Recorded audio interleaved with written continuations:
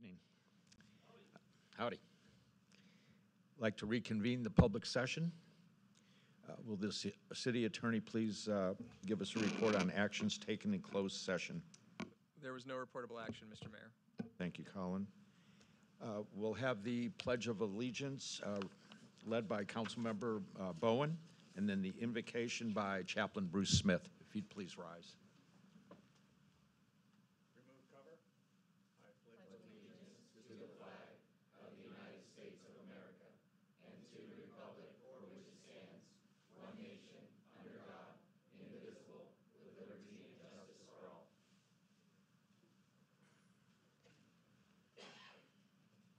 Thank you.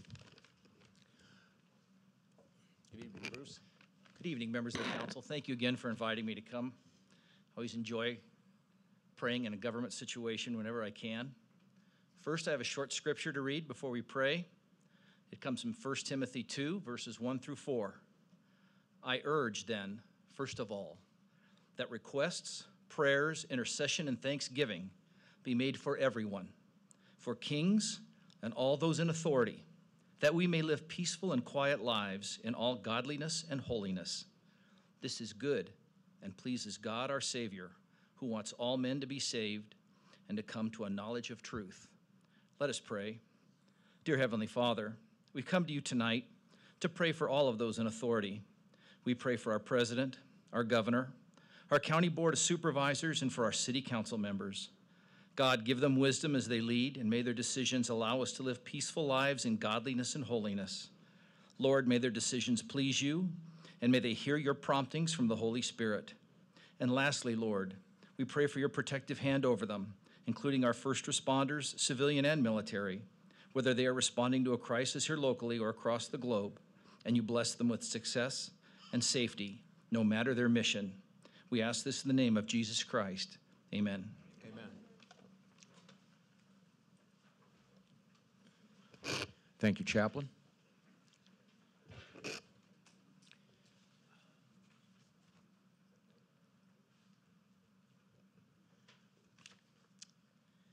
Okay.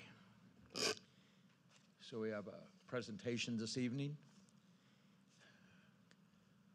One of my most favorite trash people in the world. Glenda, good evening. I'll take that as a compliment. Coming It is. from you, yes. Good evening, Mayor, City Council, City Team, members in the audience and at home. I am very grateful to be here tonight. I appreciate the opportunity to have our Driver of the Year be recognized. With us, I have Rachel Serrato, who is our Driver of the Year. Rachel, she comes from a long line of WM drivers. Her father, her uncles, her cousins, and her collectively have over 100 years experience in driving our trucks. So it is with immense honor that we are here to recognize her. She's definitely a person who is in a male-dominated industry, but she, believe me, she runs circles around those guys. So she is always a team player, is very knowledgeable, is always willing to help when needed.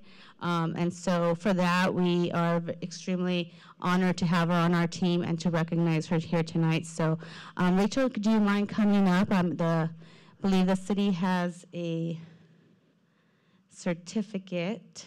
And Mayor, would you mind coming and taking a photo? Or does everybody, how do we? Glenda, what we'll do is we'll have you, after you're done speaking, we'll have you come in here and then we'll all get behind you. Okay. And then couldn't someone read? I didn't bring my glasses, so I don't know. All right. Do you want to read it, Mayor? I can read it. Okay. Sure. So we'll come over here,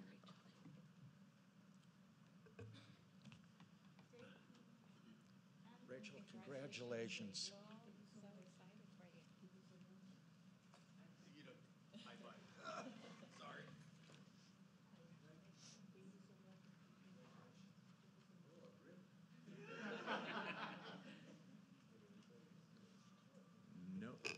No messing around. You know, before I read this, Rachel, your whole team is great. I think that all the drivers, scout drivers, you guys do a great job servicing our city, and appreciate all that you do. So, with that, the Norco City Council applauds your dedication to the community and congratulates you on your achievement as the Waste Management 2024 Driver of the Year. Oh, you're more than welcome.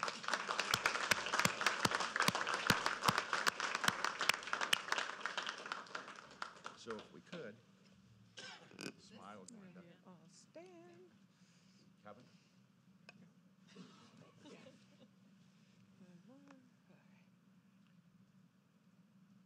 Okay, right here. 1, 2, 3. Gotcha. Now send Thank it. you, Dana. All right. Get it on the website. Hello there. All right, 1, 2, 3. 1, 2, 3. Thank you. Thank you. Thank you again. Congratulations.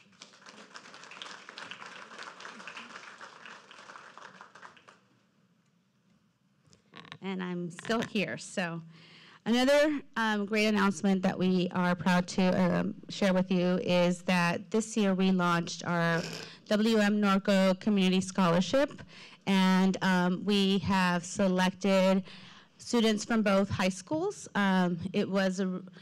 It's a new program, right? A new scholarship. So I really want to thank the councils at the schools, the college counselors who helped me navigate the whole process. And we have 5 recipients. 2 are from JFK, Taylor Guston, and I know I was told to just call you TJ, right? Okay, because I don't want to mispronounce your name, but if you could come up for our certificate, Lisette's going to help me hand them over.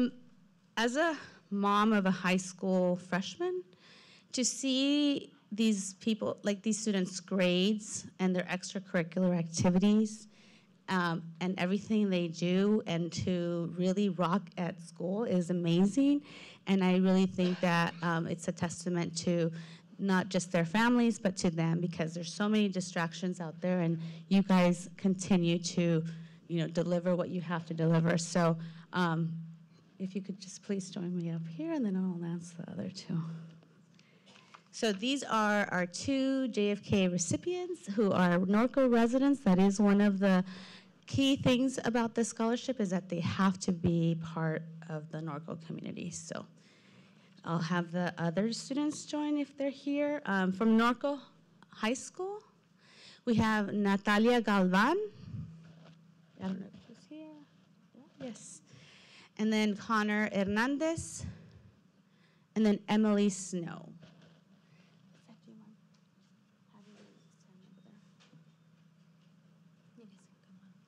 And so the Waste Managers Norco Community Education Fund is an annual fund of $10,000. And I am proud to say that each one of these students is getting $2,000 to continue their education. And so I am more than confident that they will put it to good use, because they have bright futures ahead of them. So with that, I present to you our 2025 Waste Management Norco Community Education Fund awardees.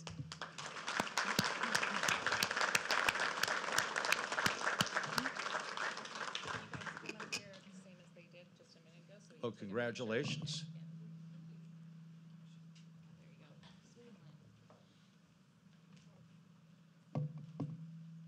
Squeeze right in.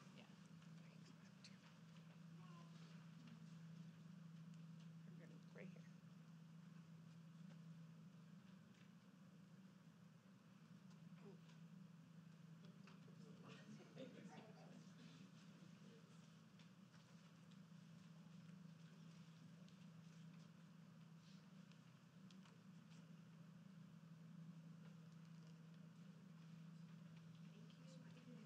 Thank you.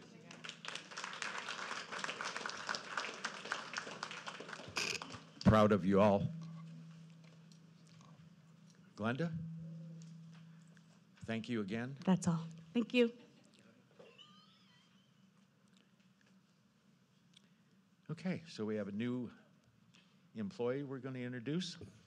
Yes, Alma? good evening, council. Yes. Would you like to do this the evening- introduction? Yeah. I want to take the opportunity to introduce to the city council and to the members of the public our new code enforcement supervisor, Leila Holston. And she's here to introduce herself, and she comes with several years of experience in code enforcement. So go ahead, Leila. Well, welcome. Good evening. Thank you.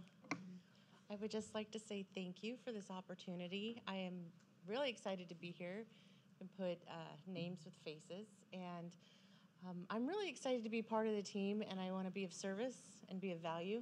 And I believe I can really help out and do some good. So thank you. Well, good. Does That's it. council have any comments? Any comments or questions? Question? Thank you. Welcome. Thank you, Leila. You have your challenges in front of you.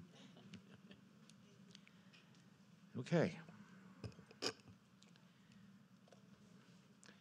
We'll go ahead now with city council reports on regional boards. And I'd like to, we'll start with Councilmember Bash. So I had my last Cal City State Policy Committee Rev and Tax Committee meeting. I served as chair this year. I've been asked to actually serve next year in another chair position on another policy committee. I don't know yet if I'll do that. This was we organized it, and we brought in guest speakers. We brought in Aaron Hake, who talked about the VMT, which is the vehicle miles traveled. He talked about the fact that they're not building any roads because they want you to stay home. They want you to live within 15 minutes of your home. And the discussion went to basically they want to rack and pack us in apartments. That's really what they want. And so, and if they had their way, they would actually like us all to be riding bicycles. The most disturbing part of the meeting was John Gillison from the city manager for Rancho Cucamonga made mention of the fact that the state is claiming they have a balanced budget.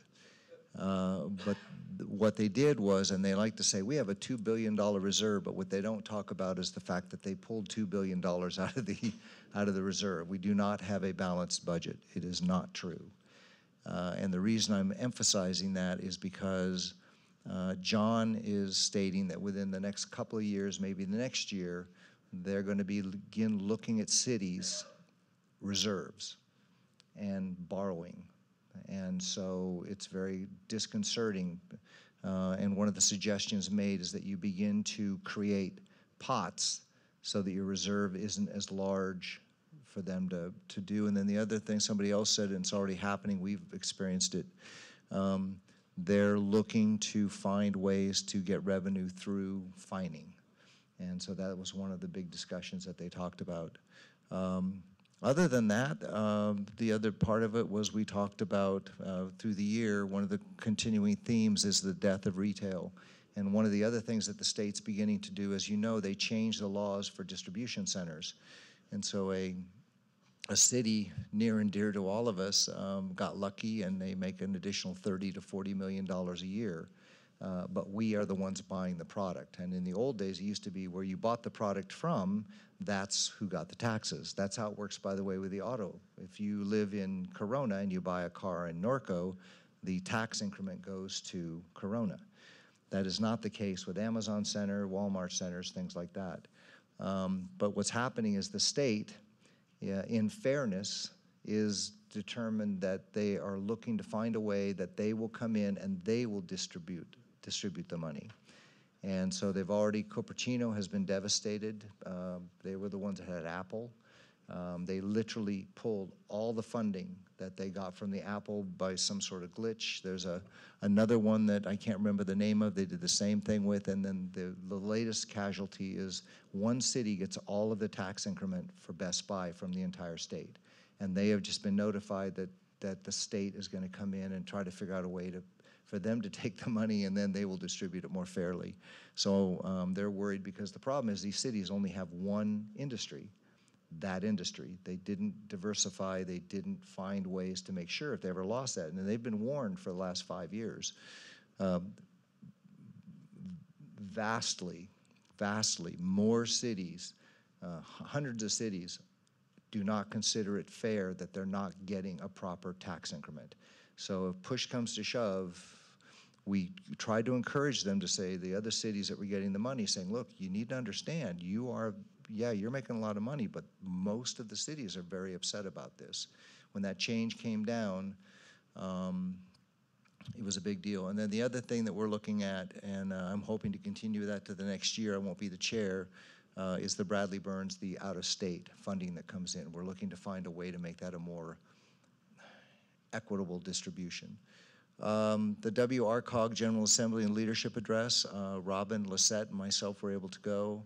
I was very proud of Susan Bowen. She was the winner, one of the winners of the Volunteer of the Year Award.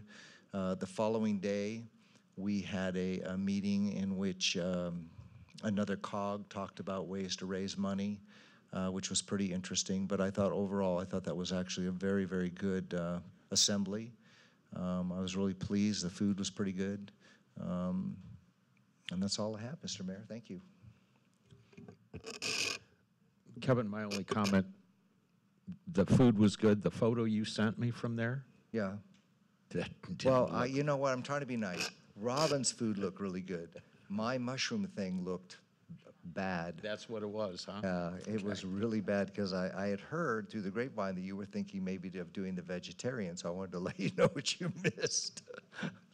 Thank you. Councilmember Sullivan. Thank you.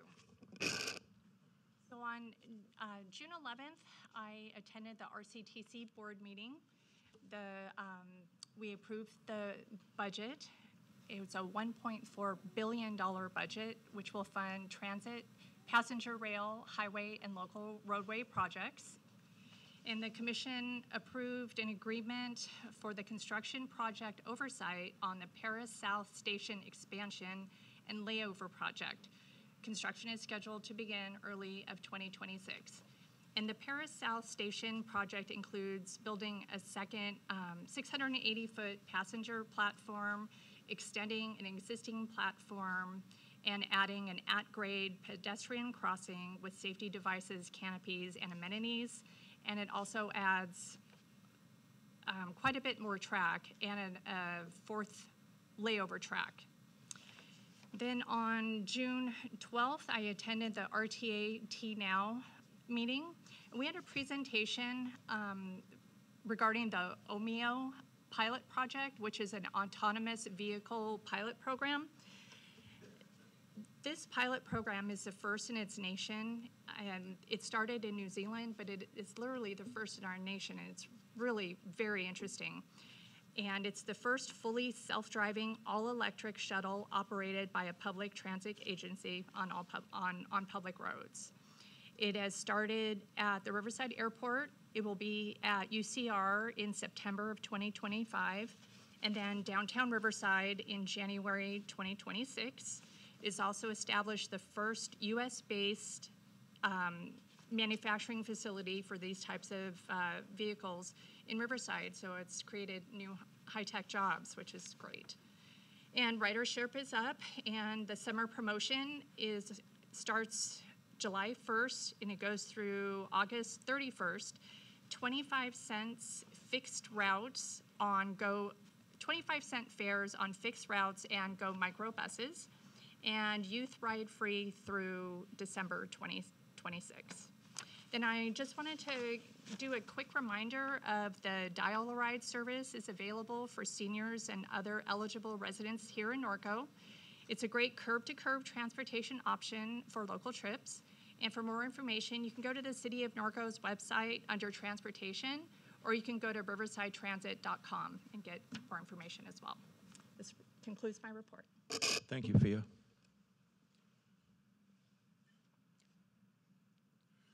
Nothing to report this. Robin? Thank you, Mr. Mayor. So on the 12th, we did attend the WRCOG. The speaker that evening was Admiral William McRaven. He's a U.S. Navy 4-star admiral, and had a very, very good keynote address on leadership and building a team and having a cohesive kind of mission and operations. So one of the better speakers, I think, in my opinion, that I've been able to see at WRCOG. And then on the 16th, we had our Veterans Commission meeting as well. Thank you, Robin. On June 5th, I attended the Chino Basin Desalter Authority Board of Directors meeting, and not too much to report from that. Water's still flowing, so we're in good shape. And that concludes our report on regional boards. Call upon the city clerk. Do we have any public comments? Mayor, we don't have any public comments at this time, but I do want to remind if there are any applicants for the committee commission recruitment that would like to speak, please make sure you fill out a speaker card and address it to 5A. The speaker cards are right outside the door, so that's for youth commission or any commission or committee applicants for item 5A. Please make sure you fill out a speaker card and turn it in to me. Thank you. Thank you, Dana. Okay, move on to consent calendar. Do any council members wish to pull any items? Hearing none, I'll ask for a motion to approve the calendar. Second. Have a motion and a second.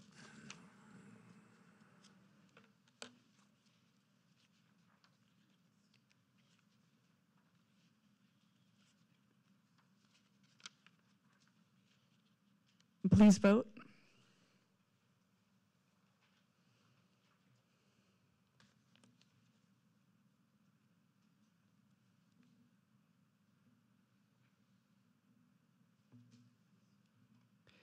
And motion passes unanimous. Thank you. Thank you. Okay, moving on to discussion items. Item 5A. Once again, call on the city clerk for the 2025 annual commission appointments.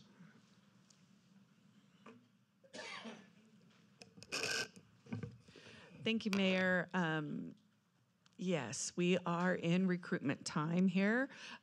Tonight, I am bringing you the annual recruitment for 2025, not 2023, excuse me, on that. For the Measure R Community Citizens Oversight Committee, I have 3 seats. Parks and Recreation Commission, I have 1 seat. Planning Commission, we have 1 seat available. Historic Preservation and Agriculture Commission, we have 2 seats available and 1 youth commissioner seat. Veterans Commission, I only have 1 youth commissioner seat available for recruitment. The requirements for recruitment per our municipal code 2.22040, you must be a citizen of the United States, be a resident of the city. For Youth Commission, you can also be a student or employed within the city. You must be at least 18 years of age. For Youth Commission, you can be the ages between 13 and 20. Be registered to vote. Take and file with the city clerk the oath required by section 36507 of the California Government Code. No felony conviction, excuse me. And like I said, youth commissioners must be between the ages of 13 and 20. The public notice was released by the city clerk's office on April 24th, 2025. The application deadline was June 5th, 2025. Applications were received and provided to the council for review. The process this evening applicants will be invited to speak for up to 3 minutes each to introduce themselves briefly. Measure R, we will have a random draw selection that will be held per their bylaws. 3, the city council will vote to either appoint an applicant to the planning commission at this meeting or direct city clerk to schedule interviews with applicants completed and appoint following interviews. If council proceeds with appointment at this meeting, the city council will provide a ballot to each council member to make appointment to the Planning Commission. At this meeting, ballots will also be provided to make appointments to the vacancies on the Parks and Recreation Commission, Historic Preservation, and Agriculture, Heritage Commission, and Veterans Commission. City Clerk will tally the votes and announce appointments. Appointees must receive at least 3 votes to be considered. If council decides to direct City Clerk to schedule interviews, the remaining commission vacancies will be appointed, and the City Clerk will reach out to applicants with an interview date within a week of this meeting. Is there any questions that you might have at this time? Councilmember Bash? My understanding is Michelle Heasley has pulled her name from planning. Yes, She Michelle- wants to stay on the Historic Commission. That is correct. That is correct. And at this time, we will go ahead and start with the public comment from the applicants at this time. If you are an applicant and you would like to put in a card, please do so before we finish this process. I also want to point out that Kenny Munich and Luis De La Hoya both sent in emails to you. They were not able to attend this evening, but you did receive an email of their describing why they would like to sit on the commissions and for you to consider. They were sorry they weren't able to make it this evening, but they did reach out. The first speaker is Tara Young.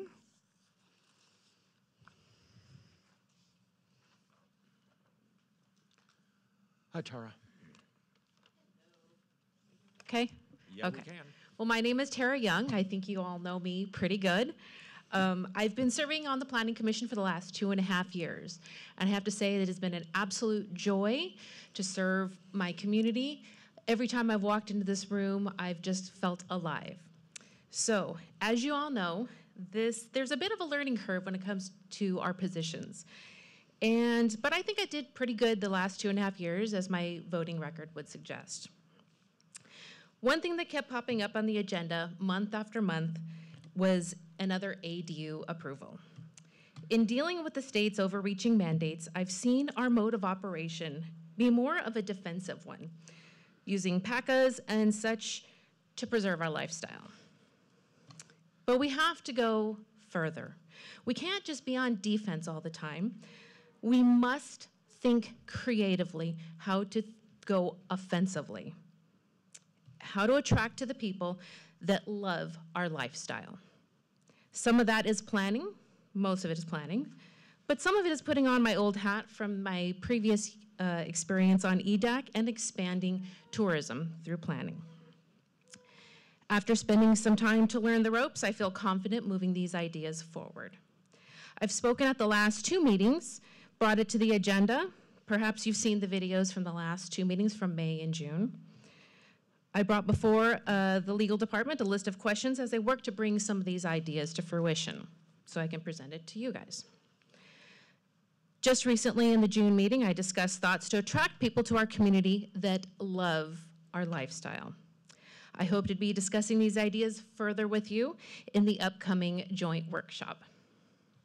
And like all of you, I am all for preserving our lifestyle and keeping Norco, Norco. I believe the answer to our future lies in looking to our past. Norco, the veil of dreams come true. Protect what Rex Clark started while still being a beacon where dreams can still come true for the next generation of people who long for an equestrian and agricultural lifestyle. I kindly ask for your reappointment to keep the momentum going that I've already begun. And just for the record, yes, I was out of town for a period of time working on my health and wellness, but if there's one thing with absolute certainty that I can say, without a doubt, there is no place I'd rather be than right here in Norco, California. I love it here, so thank you. Thank you. Our next speaker is John Grunmeyer. Good evening. Hello. If you know me, I'm John Grunmeyer, and I've been in Norco for my whole life. Married my wife, who also is from Norco. And I just want to serve and be a part of the community and give back.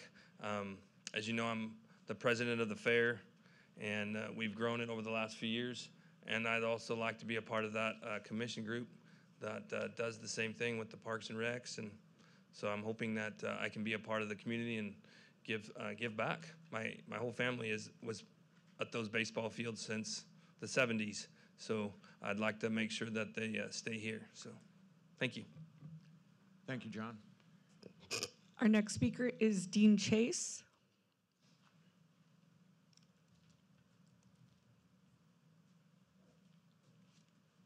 Evening, Dean. Good evening. Can you hear me okay? Yes, sir. Mayor, council, my name is Dean Chase. I didn't really prepare anything tremendous. Just wanted to introduce myself to you. I wanted to let you know that I'm a California native. I've been in Riverside County for close to 40 years, in Norco 26 years. My family's grown up here. I love it here. I would really like the opportunity to join the Planning Commission and make things right. That's all I have. Thank you so much for your Thank you. Our next speaker is Chelsea Keene.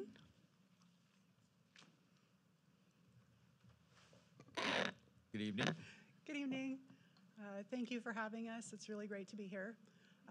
I'm a longtime Norco resident. My name's Chelsea Keene. I grew up here, which was an incredible experience that as a kid you kind of take for granted because you haven't seen what else is out there. But as I grew to be an adult, I realized how really special and unique this town is. I got to grow up on a farm. How many people can say that? I had the benefit of going to Norco High School and participating in the wonderful agriculture program there, and joining the special judging teams, which we got to compete at local, regional, and state level representing Norco, which were really great experiences for me, not only to become more involved with the community, but to really understand what we have here and share that with other communities. After high school, I had the very incredible honor of being crowned Miss Norco, which was an amazing learning opportunity, but it also allowed me to engage more with the community, assist in volunteer efforts, as well as beautification. We planted trees. I remember that was a particularly fun thing to see years later, how much they've grown. And I also just learned a lot. I learned a lot about our community. I learned a lot about the significance of this town. One of my favorite memories, I think, was being invited to the historic Lake Norconian property for a special event they had there, and just realizing how really unique Norco is.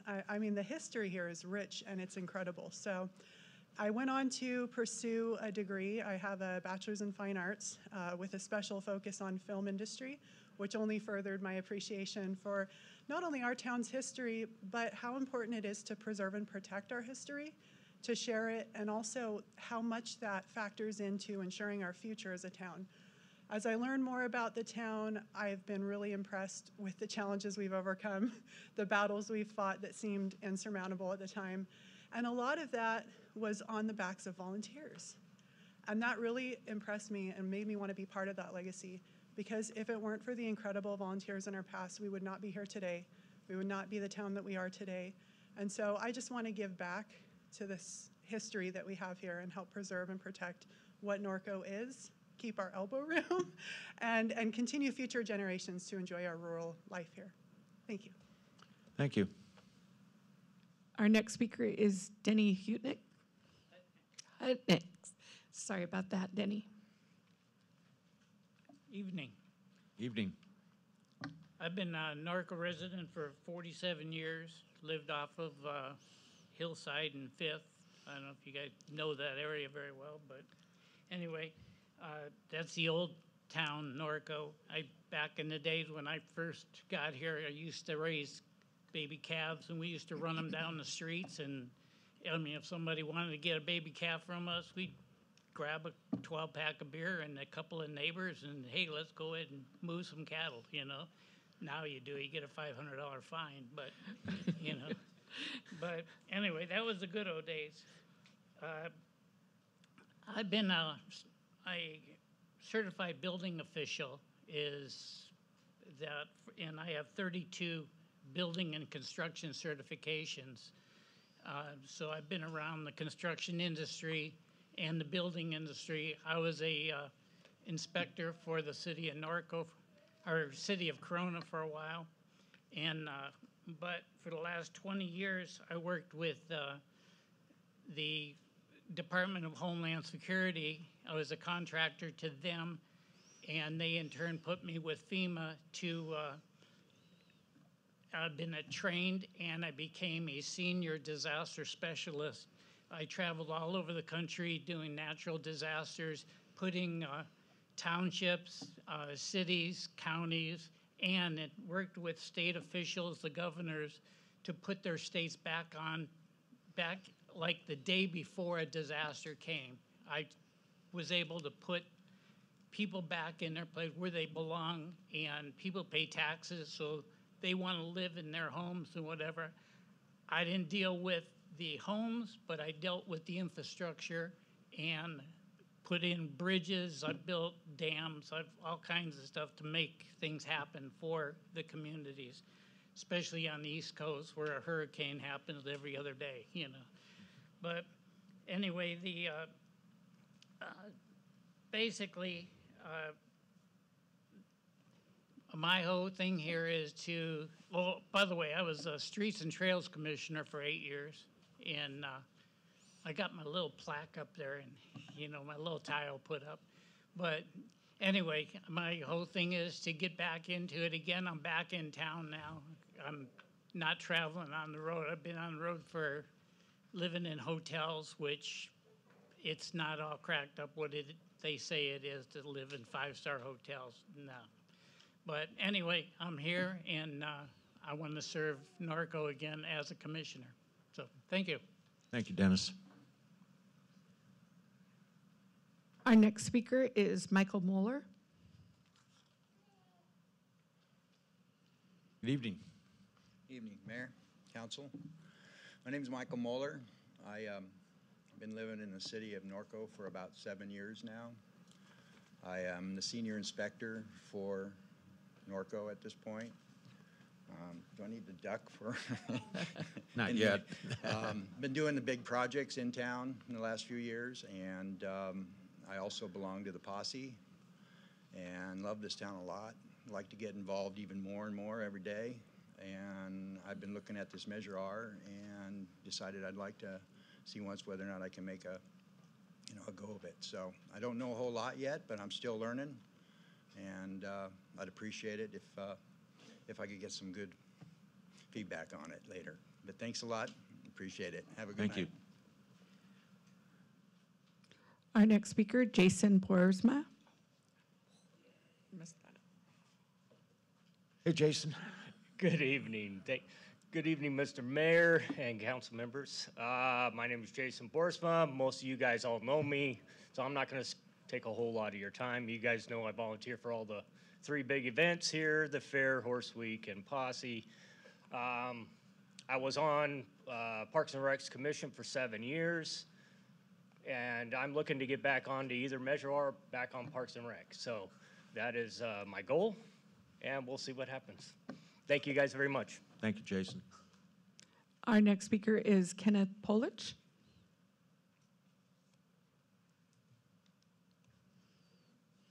Good evening. Good evening, Mayor, council members. Nice to meet you all. My name is Kenneth Pollack. I'm honored to stand before you as a candidate for the Measure R Committee and the Norco Planning Commission. My family and I are proud residents of this remarkable city, deeply rooted in its unique culture and unwavering commitments to its equestrian heritage. I'm here to ask for your support to serve Norco in these critical roles. Serving on the Measure R Committee and or the Planning Commission will allow me to contribute to decisions that safeguard Norco's identity and enhance its future for generations, including my own family. My background equips me to serve effectively as a public servant, a peace officer with California Department of Corrections, working in the roles of officer, sergeant, and now correctional counselor. I've gained skills in leadership, conflict resolution, and decision-making under pressure. These roles have required me to analyze complex situations, collaborate with diverse teams, and uphold the safety and well-being of those in my care and custody. I bring a balanced perspective, a dedication to listening to others, and a passion for Norco's equestrian legacy. I'm ready to work tirelessly to ensure our city remains a place where families thrive and our heritage endures. I respectfully request your vote to serve on the Measure R Committee and or Norco Planning Commission. Thank you for your time and consideration. Thank you. Our next speaker is Savannah Owens.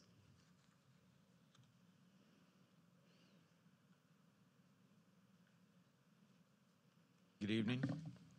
Good evening. Hello, my name is Savannah Owens. I'm 14 years old. I'm here for the Youth Commissioner position. The reason I would like to have this position is to ensure that the youth have a voice and are involved in addressing issues, bringing a newer perspective to situations such as maintaining the city's environment. Another reason is that I believe someone as young as myself can help be a role model for upcoming generations, encouraging them to speak up and make a difference in society and public spaces. This position will also help me grow socially, such as speaking in front of crowds, and support my peers. It can also help me with decision-making and building leadership skills. Thank you for your time and consideration. Thank you. And the last speaker card I have is Matthew Rico.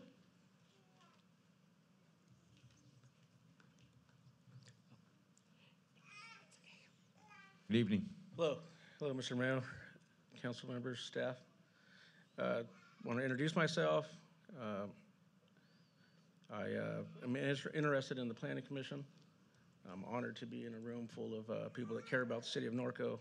I'm also born and raised here, basically Riverside to Norco, and brought my family here.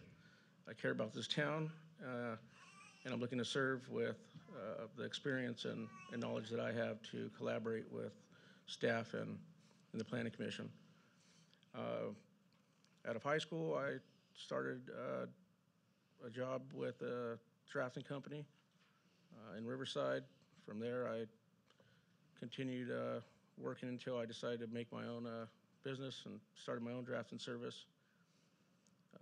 Did that for about 5 years and got slow, and I got into the Corona Norco Unified School District, worked with the school district for about 2 years, got more familiar with the community, and then I got hired on into a corporate position at Kimberly-Clark, and it really projected me towards becoming more efficient as a business owner. They closed their doors in 2020, got back into the residential and commercial drafting service, and I currently have my construction license, and I have a design build company that is involved with all of the planning commissions from local jurisdictions, from San Diego, Palm Springs, LA County to City of Norco. And with that experience, I would like to use and help keep Norco Norco. I would like to make sure that all of the input that's given through the Planning Commission can align with our mission and our vision of the City of Norco and continue to keep this nice city, what it was when I was younger to what it can be, with all the mandates coming from the state. And I think we can do that. I think there's a lot of good ideas from everybody out here, and looking forward to see what the Planning Commission looks like in the future. Thank you. Thank you. And I have one more speaker card. Okay. Shannon Chadzicki. Sorry, Shannon. Sorry. I'm This is sorry. Complicated. I tried. I know Hi, you Shannon. did try though. So I've been a Norco resident since 2001. I've been in the real estate industry for the past 27 years, which has given me an understanding of land use, zoning, and the permitting process. My dad also is in the construction business, and I'm very familiar with reading plans. Additionally, I've been riding and showing horses most of my life. I've ridden most of the trails here in Norco. I know how important it is to have that in our community because not all places offer that, especially since I'm in real estate. I show properties. Good amount of places and lots of horse property, and nowhere else offers the same type of trails where we can just ride outside our back door and have that here is so important.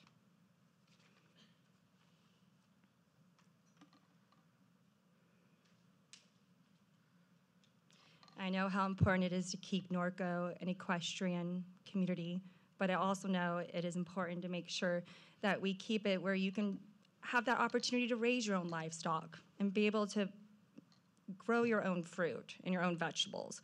So I would love the opportunity to be able to be on the Planning Commission.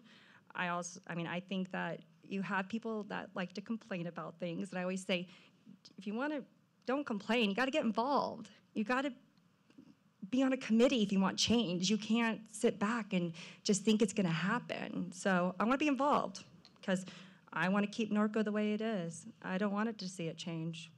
So thank you. Thank you, Shannon. I have no further speakers, Mayor. I will go ahead and we will begin the process of the random draw with the, right here, for the Measure R. And yes, Tegan is pulled. So at this time, I'm going to bring this over to my handy dandy new random.org. We will be, I'll walk through the complete process with you so you can see that it is fair and open. We'll be holding a new drawing. So that we will be describing the draw as Measure R committee. A list, we will be, who will be the entrants will be a list that I will be providing. The next step, we will be uploading the list of identifiers and the list of entrants. So that's here. And we are going to paste it here. So let me grab it. Give me 1 second.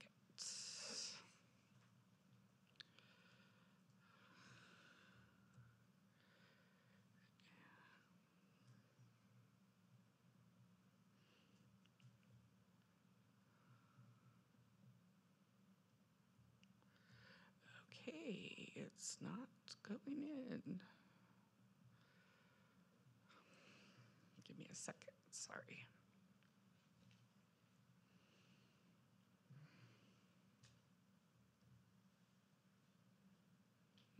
Got it. Okay.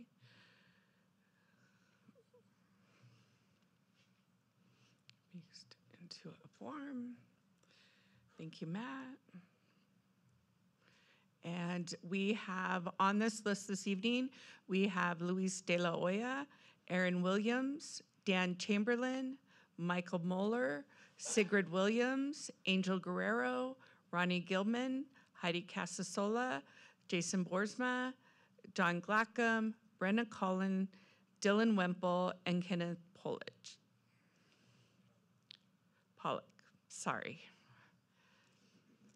And so the uploading is done. We'll proceed to the next step. We have validated the entrance. We have no list that contains no blanks or duplicates. I will proceed. This will be a public drawing. For transparency, anybody can see this at any time and ask for a copy at any time also. We will be drawing, this evening we have 3 positions that will be drawn. And now our drawing is ready to be held, and it costs us $4.95 to do this. And we will complete the drawing now. And so our list that have been chosen is Sigrid Williams, John Glackham, and Ronnie Gilman. Those will be the 3 that'll be placed on the Measure R committee.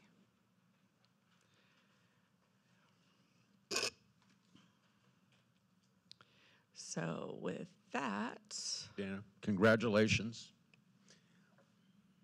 you'll give me just 1 second to get our agenda back over, and we can go on. Mr. Mayor, before we go on to the remainder of this Colin. item, can I request a brief 5-minute recess? Absolutely. Thank you. We're going to go ahead and recess for 5 minutes.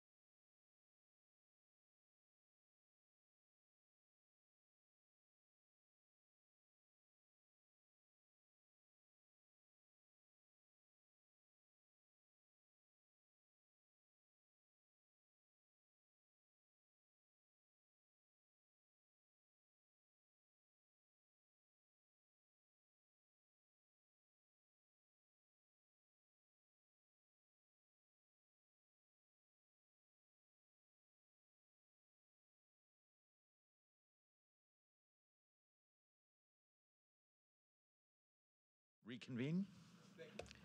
You're welcome. Okay, Dana. Thank you. At this time, I will go ahead and ask the City Council if they want to appoint a Planning Commission member this evening, or would you prefer to do interviews? So I'll take the first vote as do you want to appoint this evening a Planning Commission member? And I'll take your vote on that. Councilmember Bash? Councilmember Sullivan? Mayor Pro Tem? Mr. Mayor, I do have one thing that I need to share. So he kind of announced it when he was up here, but I know somebody that's applying for Planning and Parks and Rec. And so with that conflict, I will not be voting on either one of those items this evening because of the conflict. I don't know. He likes to be the center of attention. Like, there's a whole list, but I'm sure you guys are aware. Okay. Councilmember Bowen? Okay. So we will be voting on the Planning Commission also. So at this time, I will be handing ballots to you. And on these ballots, as I will let the community also know that each one of the applicants are on the application with their primary, secondary, and some had a third selection. And the City Council has had the packet of applicants to review since last Thursday. Ask any questions, have any concerns, and so they'll be utilizing their packet to make their decisions tonight, along with the public comment that was given and the emails. Those will all be taken into consideration. So I will now hand out the ballots to the council.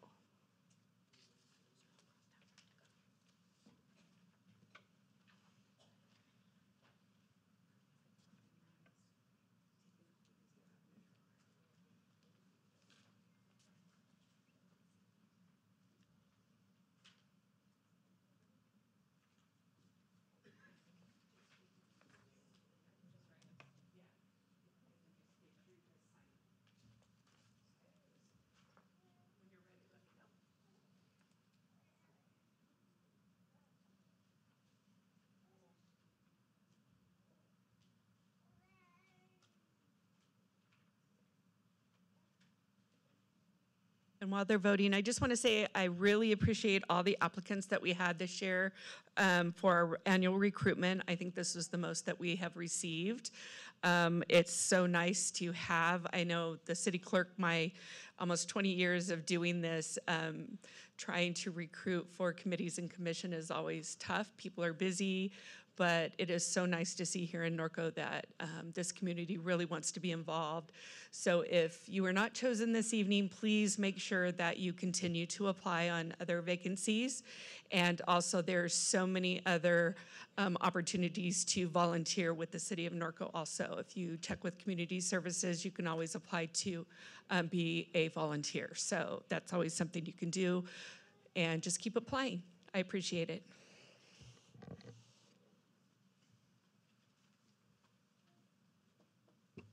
And then just for the record, I did abstain from Planning and Parks and Rec. Thank you.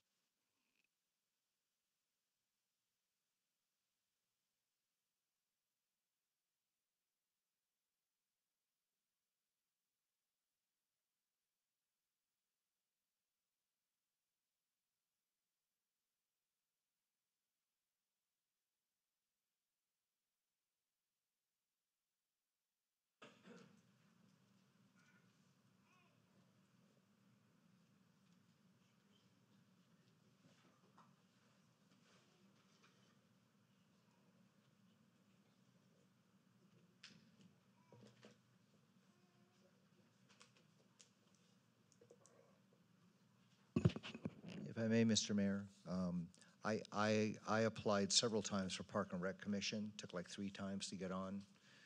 Please keep trying. I ended up serving 10 years, so please keep trying. This is one of the best groupings of qualified people that I've ever seen, so please keep trying. Mr. Mayor, may I also make a comment? Yes, you may. I have also had to apply 3 times before I got onto the Planning Commission. So it is a interesting process, and it is kind of daunting and intimidating coming up to speak, but it is worth it. So keep applying.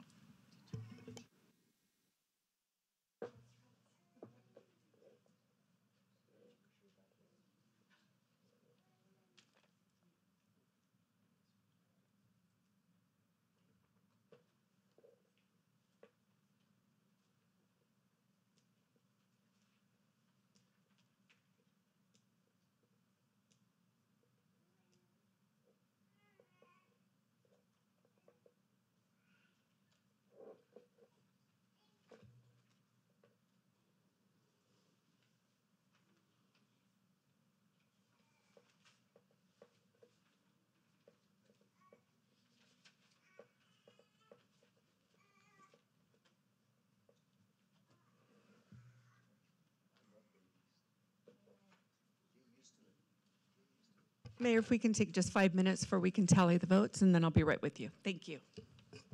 Thank you.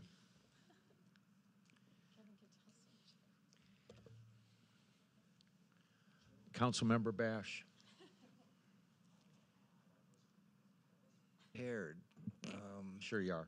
It went well last time we did it. It was fun. Yeah. Oh, my God. Oh, my God, I can't think of a single joke. Oh, my goodness. Bad joke time. Bad joke time. Dun, dun, dun, dun, dun, dun, dun, dun, dun, dun, dun, dun, dun. Let's see here. I'll look up bad jokes. I'm a little wary on calling you The 300 Councilmember best Bowen. dad jokes you've heard. All right. Corny dad jokes. All right. Fresh dad jokes. I have one. All right. Where does a pig go to get a new tail? To a retail store. I have one. What's a dog's favorite superhero? Labrador. I was walking down the beach when I heard a swimmer yelling for help with a shark circling him. I just laughed. I knew that shark wasn't going to help him. Oh. What do you call a rabbit with fleas? Bugs Bunny. Oh, gosh, those are really bad. Let's see, best dad jokes about sports. Anybody like sports? I know. Why did the baseball player get fired? He ran 3 bases, then walked home. Gee, Merry Christmas. Why do fathers take an extra pair of socks when they go golfing? In case they get a hole-in-one. Somebody knew that one. Oh, my God. What does a sprinter eat before a race? Nothing. They fast. Hey, you guys asked for it. What can I tell you? Oh, here's the best corny jokes. I'm afraid for the calendar. Its days are numbered. My wife said I should do lunges to stay in shape. Oh, I can't read that one. Singing in the shower. I better read it first. Okay. Singing in the shower is fun until you get soap in your mouth. Then it's a soap opera. Okay. You ready? I think we're good. We're going to cut there. That was 3 minutes. I was on a roll. So at this time, before I announce all of the candidates that have been chosen, we do have 2 candidates in Planning Commission that were 2 and 2. So I'm going to have you vote just in the Planning Commission on the 2 candidates that were voted for. Each received only 2 votes, so we had a tie. So I'm going to have you re-vote on those, and we'll see what we can come to.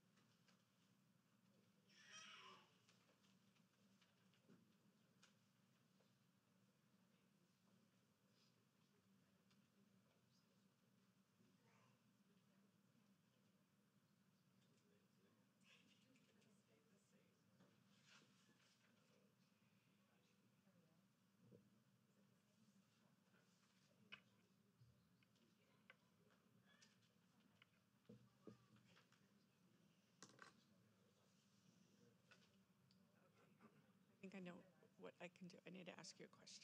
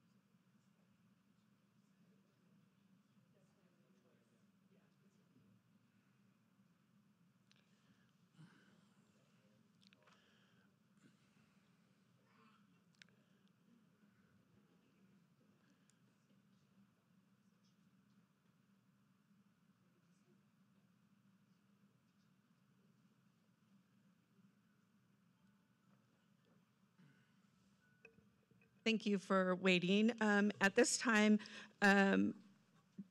candidate John Grunmeyer has removed his name from the Planning Commission. So this gives a opportunity for Mayor Pro Tem Grunmeyer to be able to have a vote on the last two applicants that we have a tie for.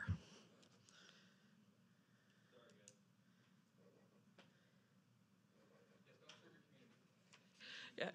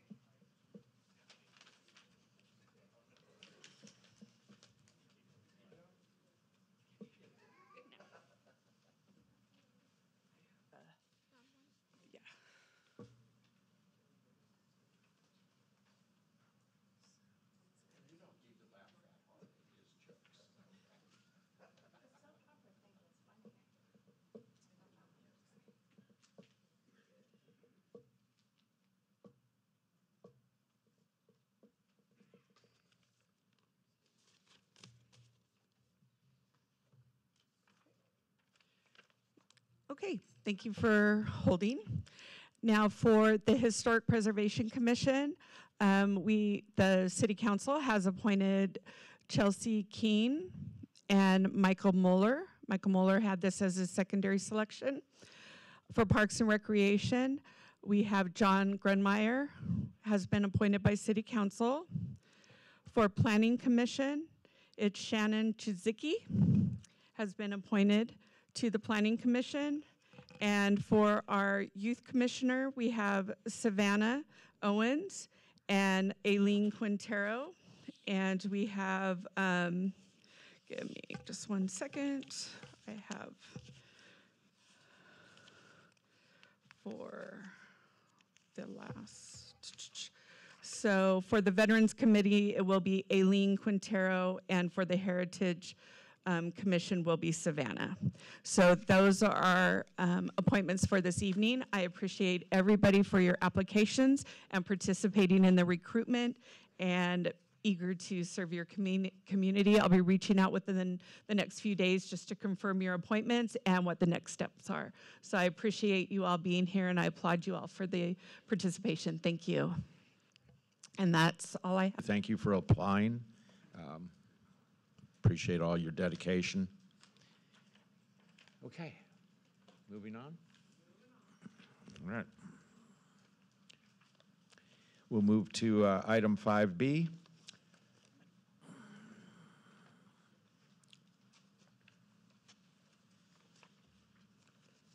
Let me turn, I'm going to call on you, Joshua, so sorry. Just want to make sure. Yeah. Thank you, Honorable Mayor, members of the City Council. This evening we'll be going over the proposed budget for fiscal year 2025-26. First, on behalf of myself and the City Manager, we'd like to extend our appreciation to department heads and staff for their involvement and collaboration during this evolved process in developing this budget.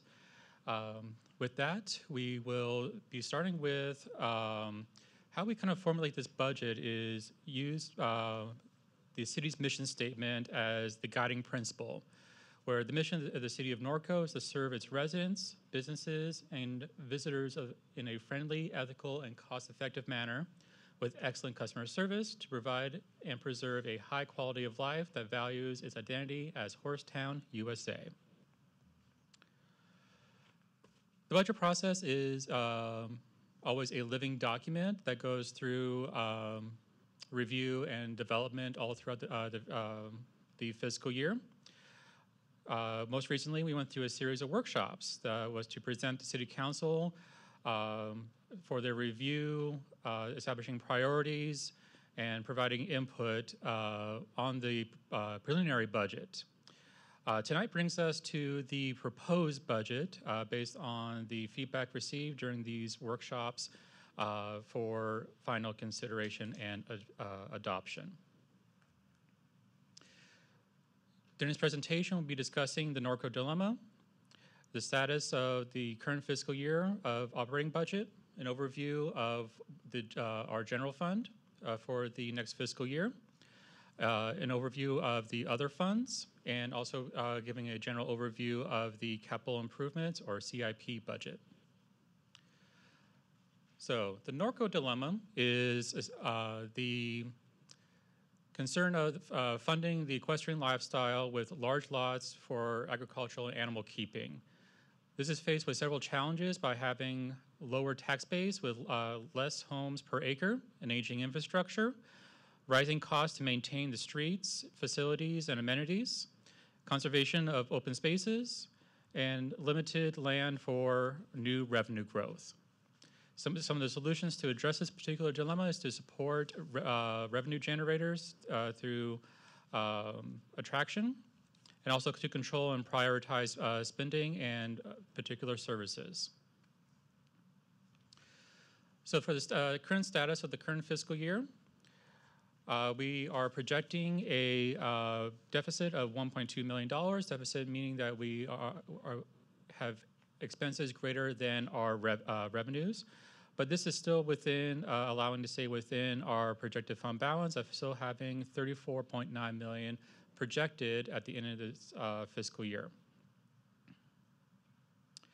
Within the proposed budget for fiscal year 25-26, we'll be having projected revenues of $29.9 million, expenditures of $33.3 million, with a projected deficit of $3.3 million.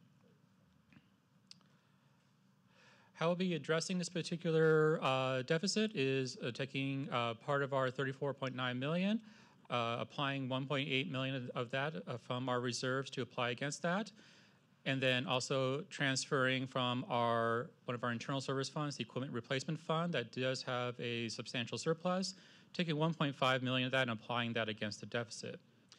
These transfers are use of reserves will be replenished over time with any future surpluses depending on results in a particular fiscal year. Staff will be bringing an amendment to the reserve policy around the mid-year budget to propose a formal policy of applying surpluses in particular categories, along with other general refinements and for certain categories. So that $3.3 million deficit was brought forward with a particular set of circumstances, not just any one particular one. Right now is the state and country is facing current inflation trends that is impacting our revenues and expenditures.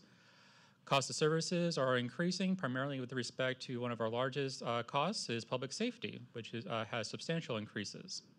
We did have some limited tax revenue growth with no new completed developments or hotel openings in this current fiscal year.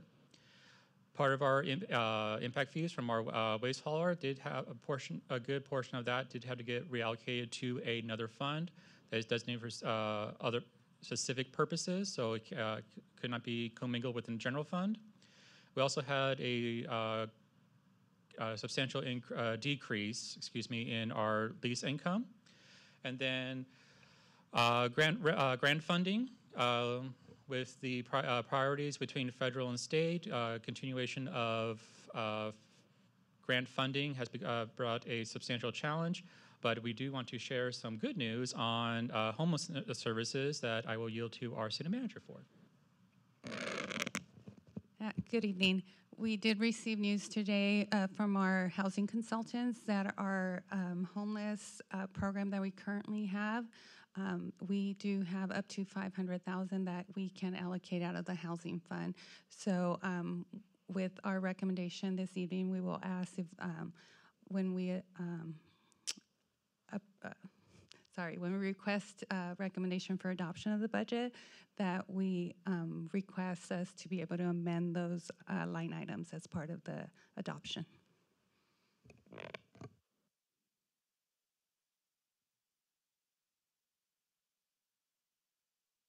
So kind of forecasting, so looking at the next few fiscal years ahead, expenses and revenues are projecting upwards, but still expenses are staying above where the revenues are. Staff will continue to look through expenses and also revenues to see what we can grow and expand with respect to revenues, and then see what we can apply towards those expenses to stay within some of our fund balance, available fund balance within the next several years. Some of this information was presented at earlier workshops, but for the final adoption, some of these numbers have been updated, and we want to give a quick refresher to the council and the community. Total projected budget for revenues is going to be $31.5 million, up from $30.5 million, up about $1 million. As you can see, two major events happened this year. As mentioned earlier, our franchise fees did decrease by $761,000.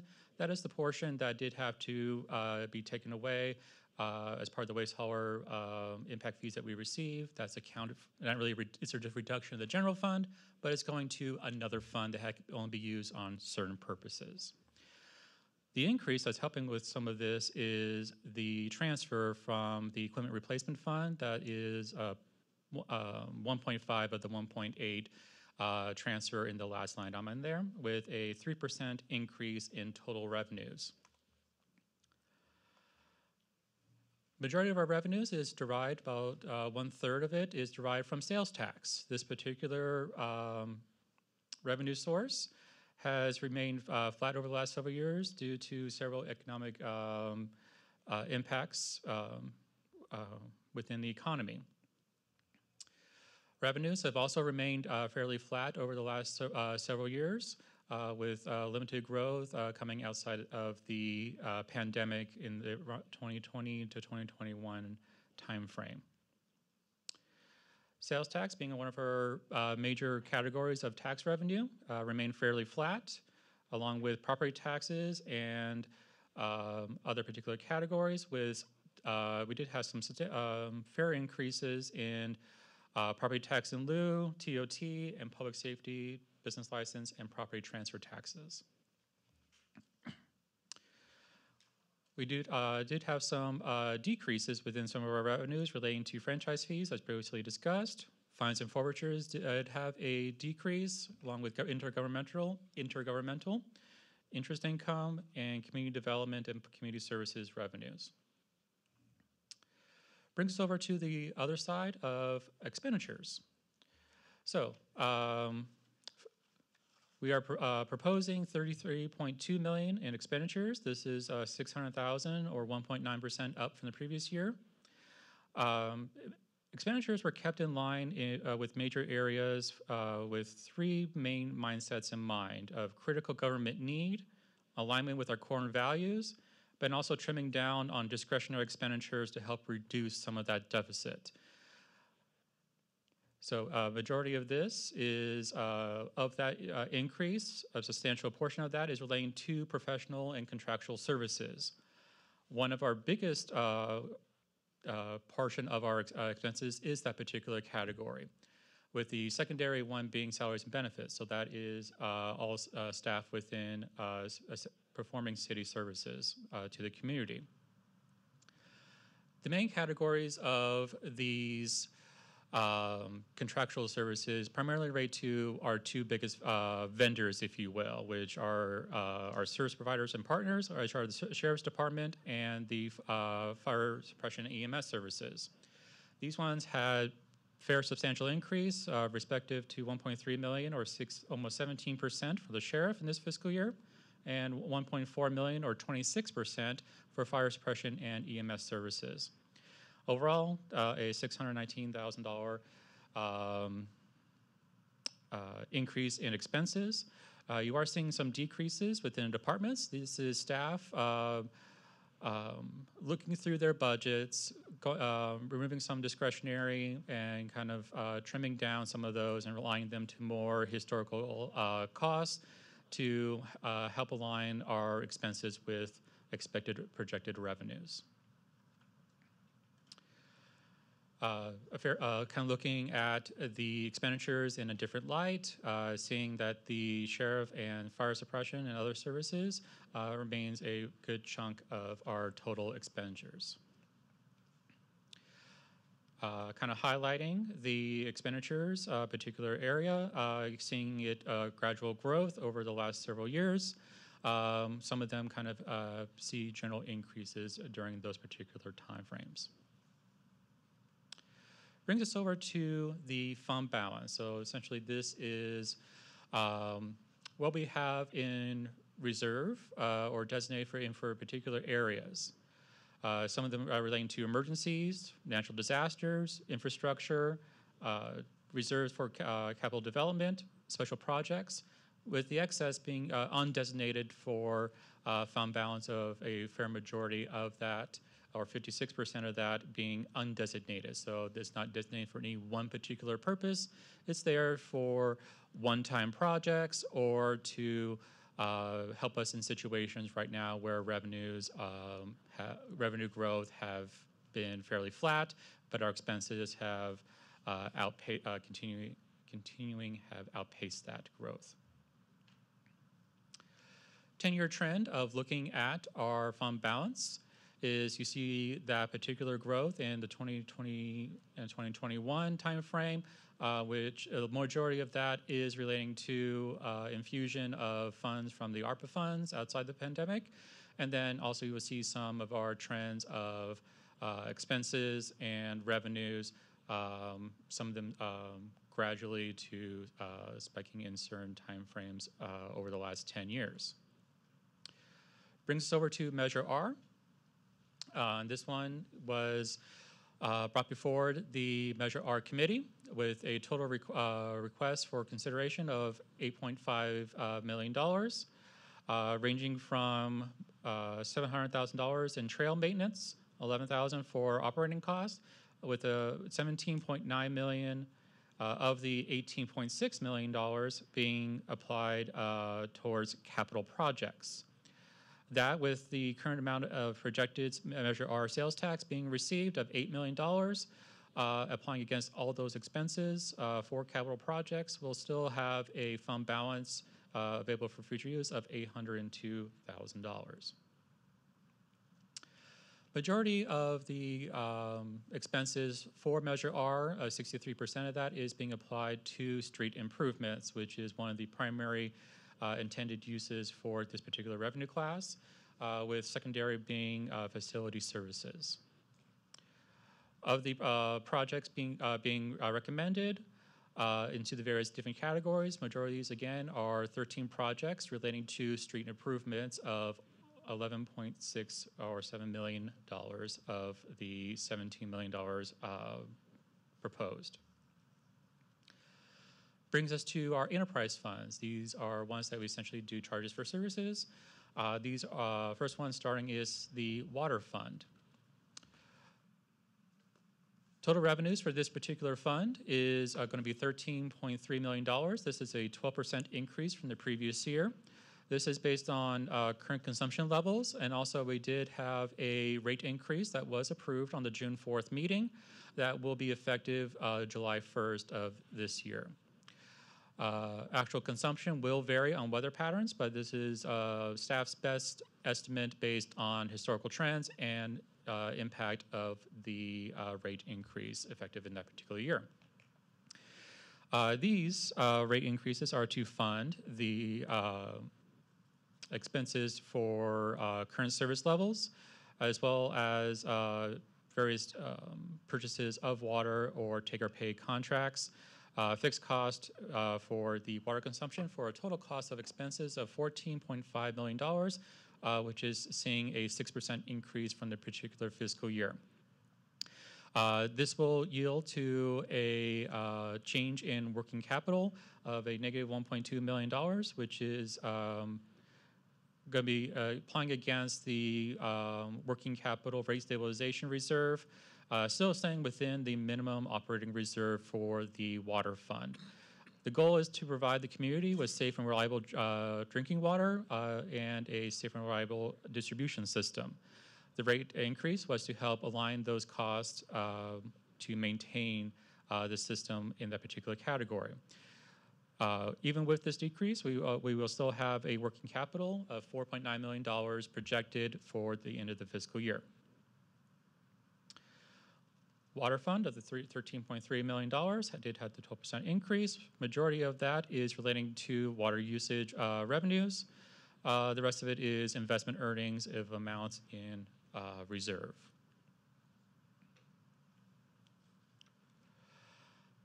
The expenses of the water fund, primarily of the $14.5 million, majority of that is for purchase of waters and utilities. Secondarily, debt service, so the amount to pay for the infrastructure input into the system, and then staffing and benefits for utility compliance and upkeep of the distribution system. Again, for a fair majority of that, 51%, is relating to the purchases of water to be applied to these distribution system to provide water to the service customers. Brings us over to the sewer fund. Projected revenues of $8.1 million. There was no rate increase that would be effective into there, as sufficient service levels from the fixed monthly charges are sufficient to cover the expenses of $7.4 million based on current service levels. This fund did, in the previous year, give a loan to the new recycled water fund of $3.2 million. And this also provides funding to cover debt service payments for that fiscal year. This does provide a positive change to the fund's working capital of $662,000, which will fund for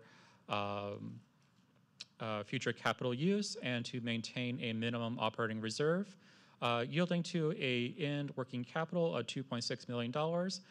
That will also be increased as the loan for the recycled water fund will be repaid over time.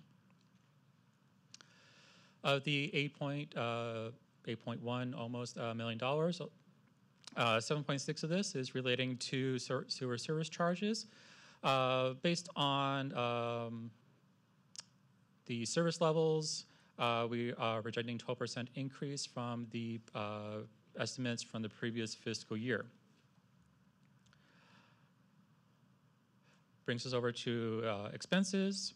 Majority of this remained fairly comparable, with some increases between certain areas, such as services and supplies. Some of the supplies needed for that is to maintain the particular system, contractual and professional services, as part of maintaining the sewer system, with a 7.18% increase from the previous fiscal year.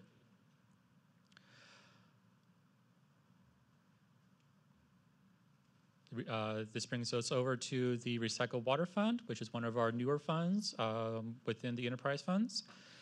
This is bringing in revenues of $2.6 million. primarily being received from an EPA community grant that is going to fund the recycled water booster station and reservoir project. $2.8 million of expenses will be applied towards a recycled water rate study, which is underway, and then a transfer to the working capital fund for capital projects that are in various different levels of design. This will project a decrease to the estimated change in working capital of $180,000, but will still end the fiscal year in a positive $5.4 million that will be used for funding future capital projects. Brings us over to other funds. These are primarily special revenue funds. Special revenue funds are funds, as by their name implies, have to be used on specific intended purposes. For example, gas tax has to be used on signal maintenance and street repairs. This is the city's share of the state's allocated gas tax being received of $775,000 in this particular fiscal year. These are being restricted for particular categories, anywhere from traffic light maintenance, pothole repairs, to train swimming, to street signs. Expenses relating to this fund is $807,000 being used for repairs and maintenance, and then staffing for internal staff that is used to perform public works related activities for signal maintenance and street repair. This will leave the fund with a ending fund balance of $19,000, and at the end of the fiscal year, based on the revenue projections. The MPDES fund, these are revenues derived from assessments on real property within the city. These are used to pay for services and programs to mitigate impacts of storm water runoff, street sweep, and water drainage. This will bring in $153,000 into this fund, with expenses of $157,000, with a remaining ending fund balance at the end of the fiscal year of $23,000. Brings us over to the Capital Improvement Fund, or CIP. The Capital Improvement Plan is a 5-year plan that is used to plan out the next 5 years of projects and their respective funding. This are essentially to fund the priorities of those projects with existing infrastructure, provides direction and organization to keep the city's limited resources focused on the most beneficial outcome, provides information to City Council to essentially have the needs of the next 5 years being devoted to these particular projects, and to best serve the plan for the next subsequent future years.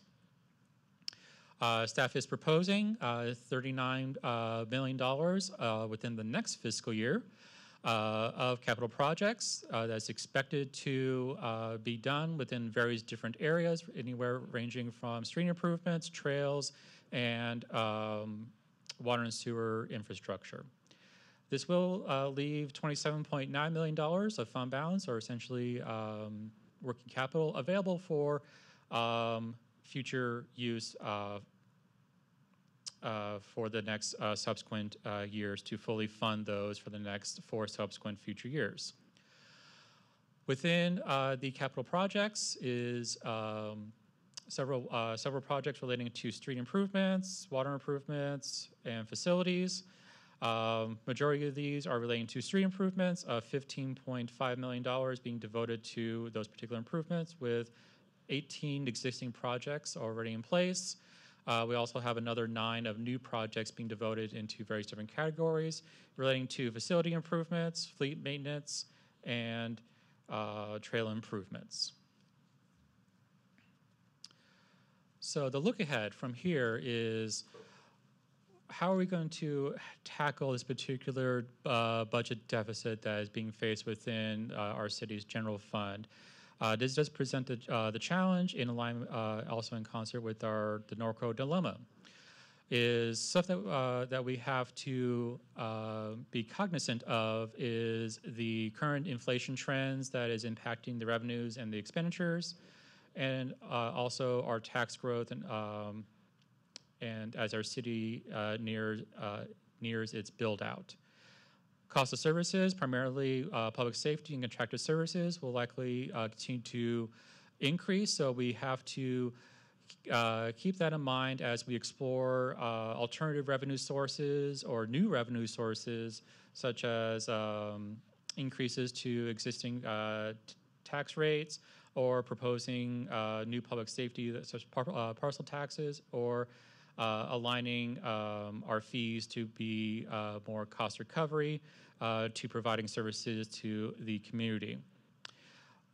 Also keeping in mind that we also want to make sure that reserves are being used for one-time expenditures and to fund long-term city facilities replacement and other capital and economic development projects. With that, that concludes staff presentation. Before we turn it over to council, staff does have 2 amendments to our proposed staff report. Due to a Excel error, there will be a change in the total appropriation that is being requested, changing from $126.3 million down to $110.8 million. This is brought before council to the dais. And as previously mentioned, $500,000, staff is seeking council to have the city manager and finance director to appropriate those funds, again, reducing the draw on the general fund downwards. So that brings our $3.3 million deficit down to approximately even $3 million. We would request council's authority to make that amendment and within the general fund and housing funds respectively. With that, staff yields over to the mayor. Thank you. Thank you, Joshua. Lisette, Joshua, and all the staff. First, I'd like to say appreciate all your input and all your work on the budget. Do council members have any questions of staff? I'll start. On our housing fund, by reducing that $500,000, what's remaining in the housing fund? Approximately. Are you asking about the fund balance or the amount? The fund balance.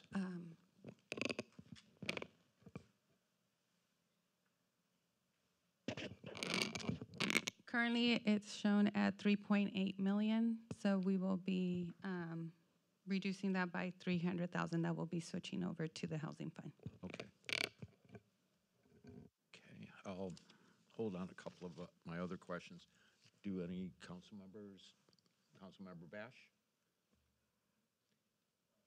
I only have one question. The Economic Development Fund.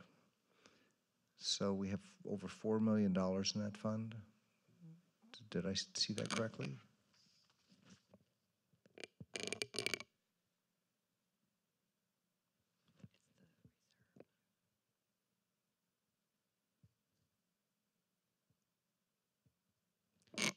Yes.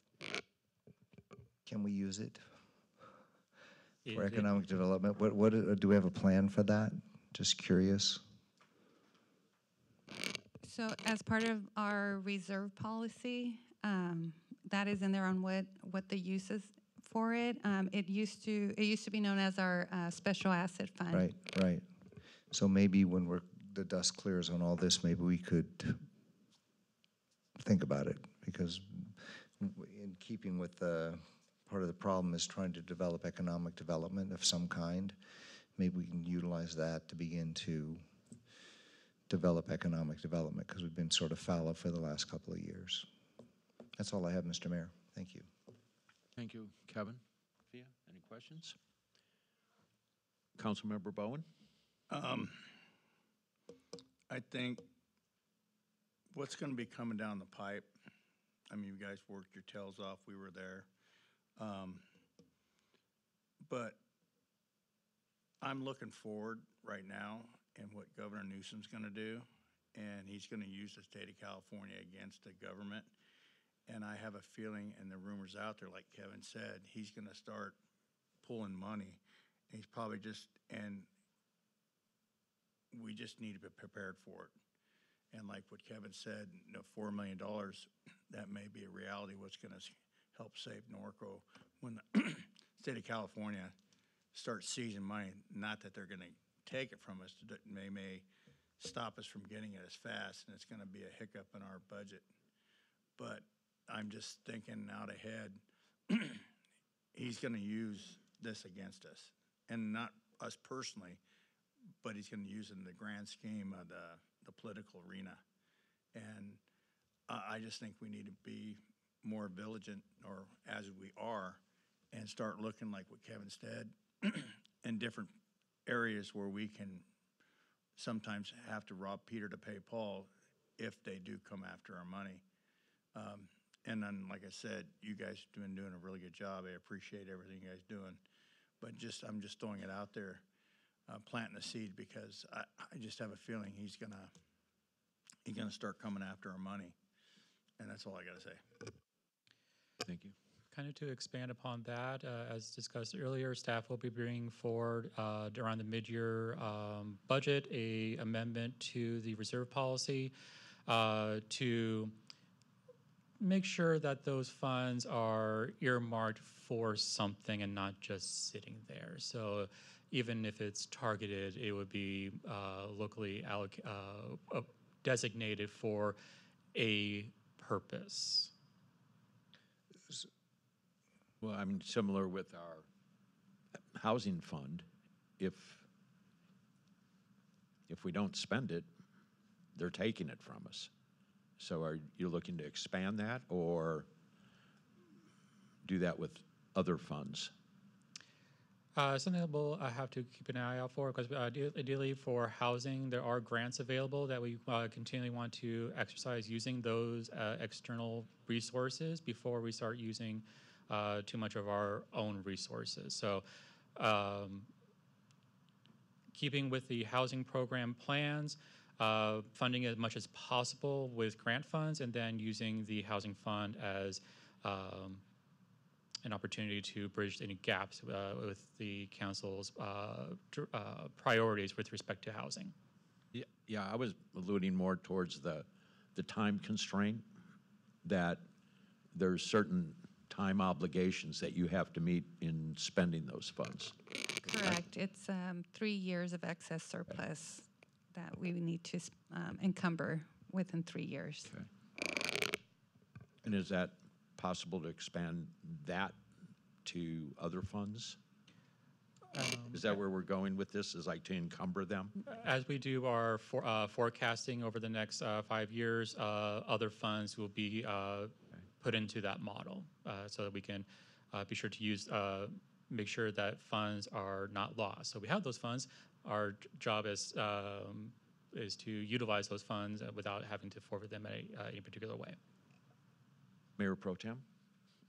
No, I was just going to hopefully put it in a little bit simpler terms. If we have all our money in a bunch of different buckets with different labels instead of that undesignated bucket, then it would make it more difficult for the state to take the money out of a designated bucket instead of an unlabeled bucket. Yeah, I had that same question. So, like, for example, the vehicle replacement, is that considered earmarked funds? It is, because those are internal charges that were placed on funds intended to fund future vehicles replacement or equipment. My question is it wise to take the money out of that and not just take it out of our general fund? Because I really don't want to do that, but I'm just wondering, it's already earmarked. It's really, we're going to spend the money one way or another, but rather than take it out of earmarked funds, just take it out of the general fund rather than do this transfer. That can be council direction. The budget can be modified with. For me, that's what I would support. Everything else I'm pretty much fine with, but I think that if they are earmarked funds, I'd rather keep them in earmarked accounts to protect them. Kevin, if you don't mind, Yeah, let's yeah, just do that this was- under that- discussion. That was my question. Yeah, okay. I understand where you're. That's good. I just had a couple of small ones on, and one was just for clarification on franchise fees, on that total. That there's a portion now that we have moved to, I'm going to say basically streets. Correct. On that. And do we know approximately that amount of the franchise fees that we allocated to street work? It was about 900,000, about $1 million. Okay. And then just a small one on NPDES under revenues. I don't know if you could go to that slide. Just want to make sure I was reading this right. Or correctly, I should say. There you go. So under revenues, or maybe it's under expenses, street sweeping, storm drain cleaning, we included, that cost is borne in our new waste management contract. So I know Sam wants to jump in, this is on yours, but explain to me, it shouldn't be an expense. The street sweeping is a mistake on there, but the storm drain cleaning, that is for main lines. So Okay. the waste management contract is for catch basins only. Okay, so they just do catch basins, but we're not doing any other outside street sweeping. Negative. Okay. Thank you. No other questions? Dana, do we have any public comments? We have no public comments, Mayor. Okay, thank you. We'll come back to discussion and a motion. So, Councilmember Bash's question or statement, I just always refer to it as special asset fund, and those are designated funds. To protect those, I mean, couldn't we just take it out of general fund? I mean, it's all, as Robin says, buckets, right? We can, but I know for accounting principles that, you guys love, for audited financial statements, it would still be considered part of our general fund because Okay. it's not like externally restricted like the gas tax or our special revenue funds. Correct. So the point is, we're trying to figure out a way to protect the funds in the event that somebody decides to. And that's something, we could look into exactly, because I know we're not the only city dealing with this, and as you hear the state budgets and the revisions they've gone through since January, so we're not the only city that is talking about this. And I know it's just a guesstimate, but would we have enough time if Sacramento, in all their wisdom, comes up with this idea that we would have time to readjust and reallocate? More than likely, that will receive a lot of attention and blowback from other municipalities that will likely reach some legal challenges that might slow down the progress for us to take some protective actions. That's well put. Okay. I like that term. Any other discussion? I just had two comments. I'm good with the budget. This is a totally, I think we really need to focus on economic development, like I've been saying, but the Citizens Patrol, they don't want the vehicle we're talking about. What they want is an F-250 or an F-150 with a crew cab, and I'm hoping we can spend the extra $8,000 for that to go ahead and get that, because it would be more useful to what they want. So just sort of a personal request that I think the mayor and myself have both been requesting Evan? on. Well, let's wait a second. Yep. I don't think we need to get into specifics. I'm just on curious. I vehicles, just wanted right? to put it out there. That's all. Just want to put it out there. I got ahead of you, and I'm working on that. so where it doesn't cost the city anything. Okay. So it'll be an even swap. So let's carry that to not on this item, okay?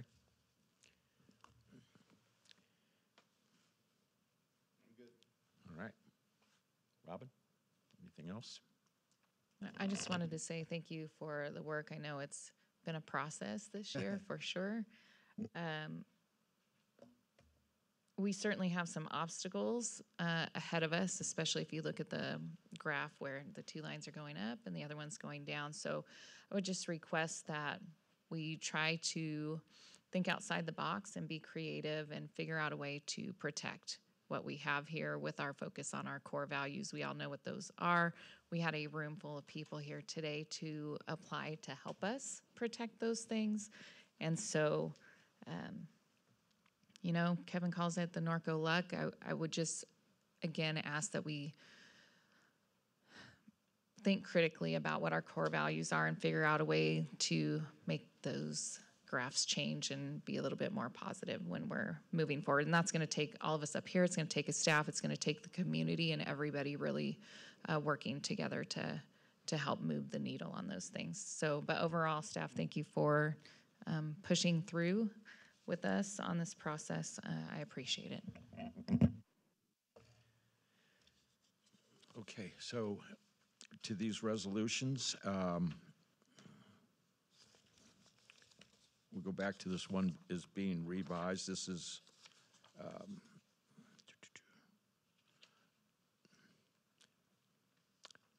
I'll just start, okay? So Tell me. staff is recommending a modification to resolution number 2025-42. Only modification, changing the appropriations amount of $126.38 million to $110.8 million. Specifics are in before the council. Second one was brought before you verbally, is requesting, will not be a modification to appropriations, but it will be approval for city manager and finance director to modify the appropriations respective to general fund and the housing fund to account for the funding received of approximately $500,000 towards housing activities. Okay. All right. I'll make a motion to adopt resolution number 2025-42 as modified, approving and adopting the city operating budget for fiscal year 2025-26 and authorizing appropriations therefrom.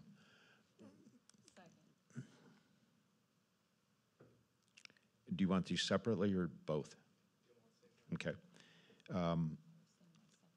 That's all right. Adopt resolution number 2025-43 as modified, approving and adopting the City of Norco Capital Improvement Program budget for fiscal years 2025-26. Do we have a second? Second. Thank you, Mayor Pro Tem. You're very welcome, Mr.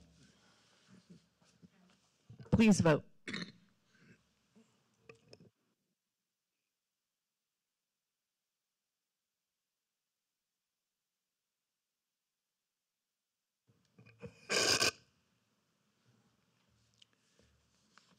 And motion passes unanimous. Thank you. Thank you. Thank you all for your hard work on that and the challenges in front of you now. Okay. We'll move into public hearings. And item 6A, I'm going to call upon Assistant Fire Marshal Kylie. How are you?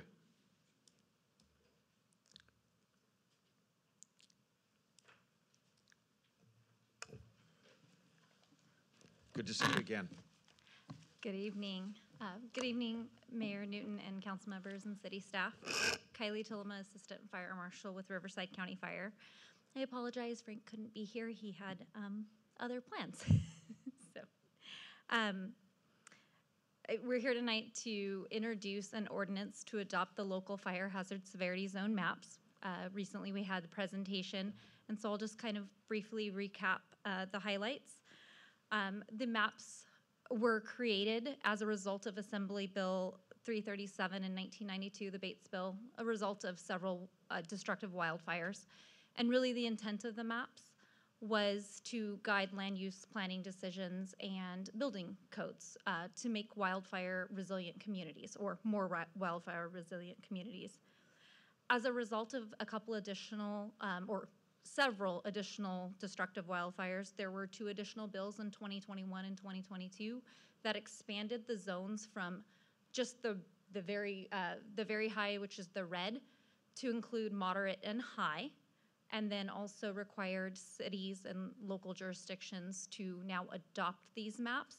It put a timeline on the adoption of 120 days, and also changed the requirement to mandate that, or to not allow cities to decrease the zones, only increase the zones. And so the map you see on the screen there is the map that was released when the state released the recommendations on March 24th, 2025. Starting that 120-day timeline, which will culminate on July 22nd, 2025.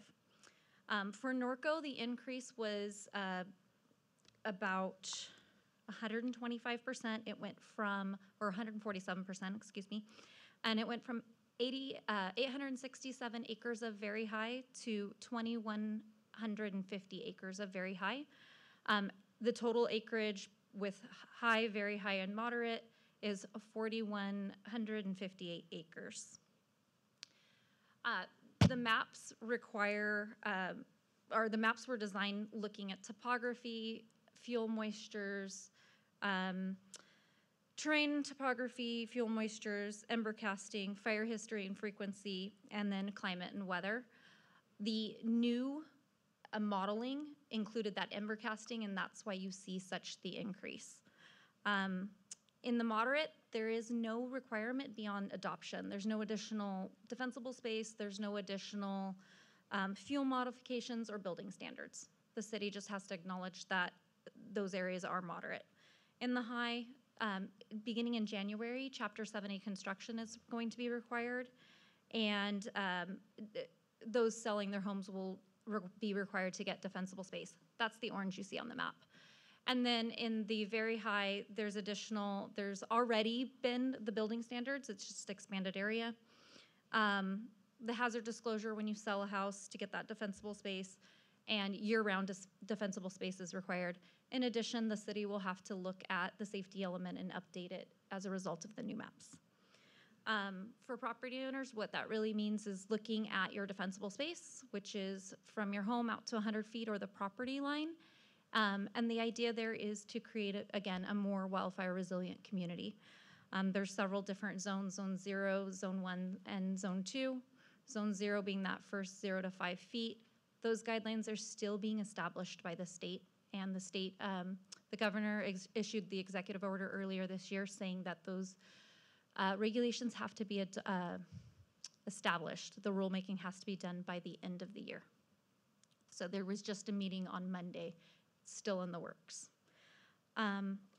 With that, staff is recommending the introduction by title only and waiving the full reading of consideration of ordinance number 1131, the first reading of an ordinance adopting the City of Norco Local Responsibility Area Fire Hazard Severity Zone map to designate moderate, high, and very high fire hazard severity zones, and amending section 15.09.280 and Title 9, the Peace, Safety, and Morals section, Chapter 9.65, Fire and Life Safety, Section 9.65.11, designate and reflect the 2025 recommended fire hazard severity zone maps for Riverside County.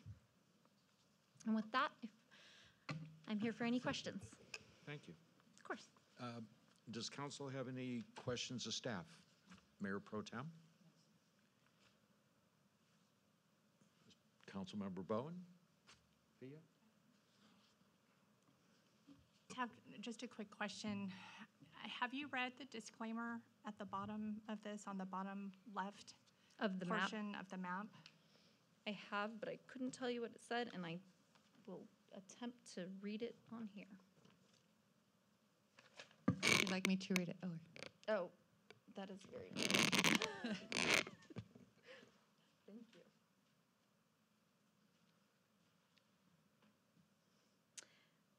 Would you like me to read it out loud? Well, I was just kind of, yes, actually. Okay. The State of California and the Department of Forestry and Fire Protection make no representations or warranties regarding the accuracy or data of data or maps. Neither the state nor the department shall be liable under any circumstances for any direct, special, incidental, or consequential damages with respect to any claim by any use or third party on account of or arising from the use of data or maps. Thank you for reading that.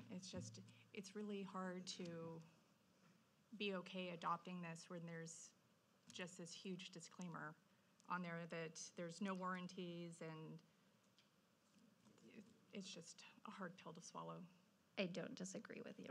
Okay, thank you. Kevin? Really, as you know, our understanding when we had fire in the hills, we were told that it actually would burn very quickly and is very easily put out.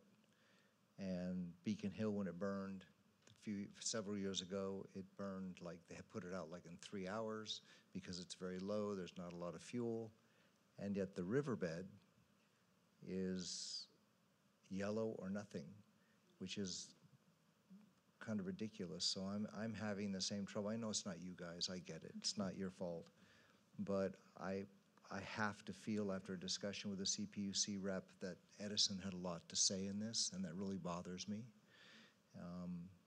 I don't know what to do about it. I do know I talked to somebody on Grula just today, and half the people now have lost their insurance because they're saying they're in a high fire area, and yet our CAL FIRE is like, oh, just keep clear around your property.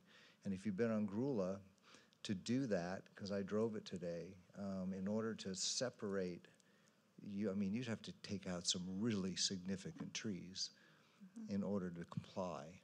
And I don't know, and I'm sure you know this right now, the insurance companies who will insure you are now droning people's homes.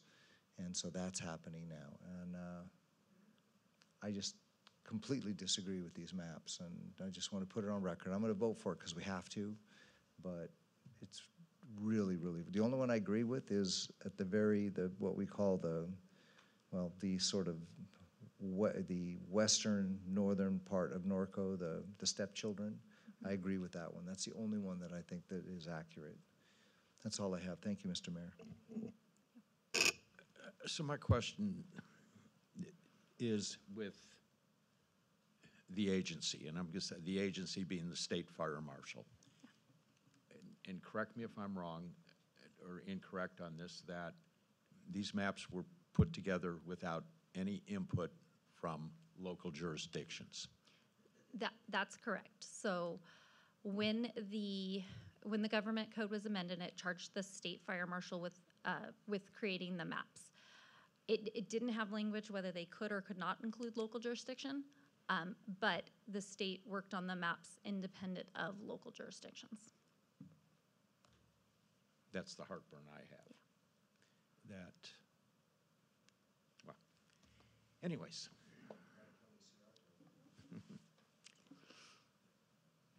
No other questions at this time. I'm going to open the public hearing. We have no public comment, Mayor. Dana, I'll close the public hearing and bring it back to council discussion and action. Does anyone have any further discussion? Motion to approve as requested. And by the way, it's not you guys. We're on your side. Understood.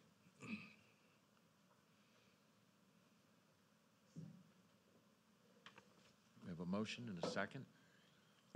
Please vote.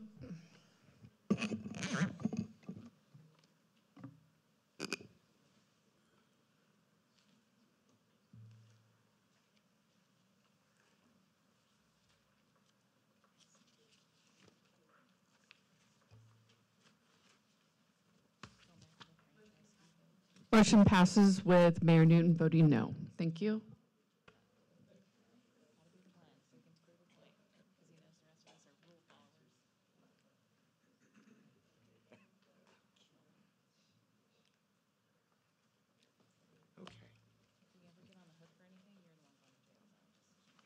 All right, thank you, Robin.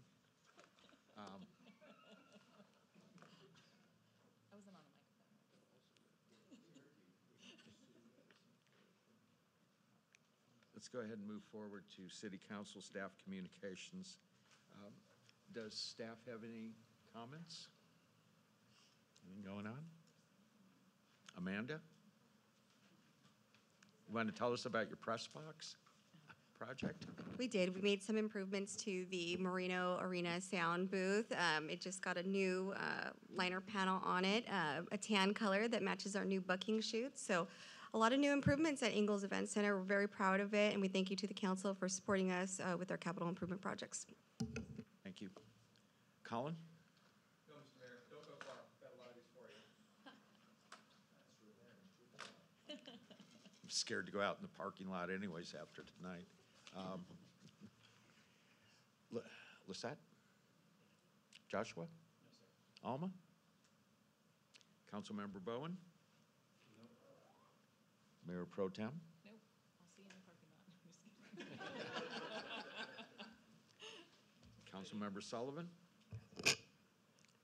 Councilmember Bash? Thank you very much, Amanda, and your staff for keeping the memorial up. I mean, things happen and you guys are like on it. I feel like you've taken real ownership of it, and I really appreciate it as a member of the Veterans Commission. I really appreciate it. Thank you. Thank you, Kevin. Okay, with that, thank you all for attending. Have a good evening. We're adjourned.